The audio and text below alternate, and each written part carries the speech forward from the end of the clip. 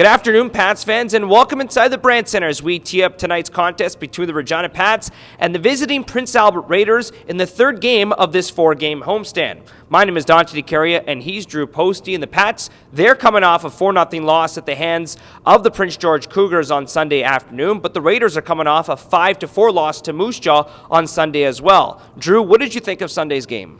Yeah, it was a 4-0 loss, and if you look at the score, it sounds more lopsided than it was. Really, it was just the Pats' first 12 minutes of the first period that put them in that hole, and then it was a pretty even game from there on out. And as you mentioned, it's another rival game tonight against the Prince Albert Raiders, a team they haven't beaten yet, so you know the Pats are going to come out hungry for 2 points. That's right. The Pats are 0-2 against the Raiders this season, but both of those losses have come inside the Art Hauser Center, so the Pats are extremely hungry to take on Prince Albert in their territory tonight. Absolutely, and they've had a lot of home ice success as of like just the one regulation loss in their last 7 games. So they're comfortable playing at the Brandt Center, and they're obviously comfortable in front of their home fans. Yeah, exactly. I mean, the Pats are posting a 6-2-1 home record this season inside the Brandt Center. Safe to say, Drew, that they are incredibly comfortable playing here at home. But maybe circling back to Sunday's game, once again, the Pats showing their no-quit mentality. Yes, they were down 3-0 after one. You mentioned the first 12 minutes of the first period against Prince George in that 4-0 loss, but they actually outshot the Cougars in the second and in the third period. Yeah, and they outshot them when they were shorthanded 8 times throughout that game against the power play that was operating at nearly 41%, and that penalty kill for the Pats went perfect. So,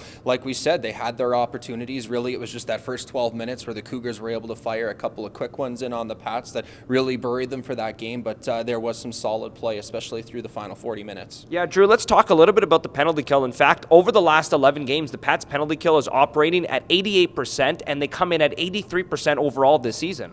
Yeah, I think anytime you're operating at over 80%, that's kind of that success target. And when you get up to numbers like 88%, you're going to have a lot of success. Obviously, no one wants to spend time in the penalty box, and we know the Pats are going to look to limit the amount of time they're in the box because being shorthanded 8 times makes it tough to win a hockey game, as you may have saw on Sunday afternoon. But hey, when the penalty kill's clicking, a lot of people say that drains momentum, but sometimes when you're killing off every penalty, you can gain momentum from that. Good stuff, Drew. Remember, Pats fans, as you come into the Brandt Center tonight, make sure to pick up Volume 4 of the Alumni Poster Series, as the first 1,500 fans into the Brandt Center here on this Wednesday evening will get a Alumni Poster Series. That's all you need to know for tonight's action between the Regina Pats and the visiting Prince Albert Raiders.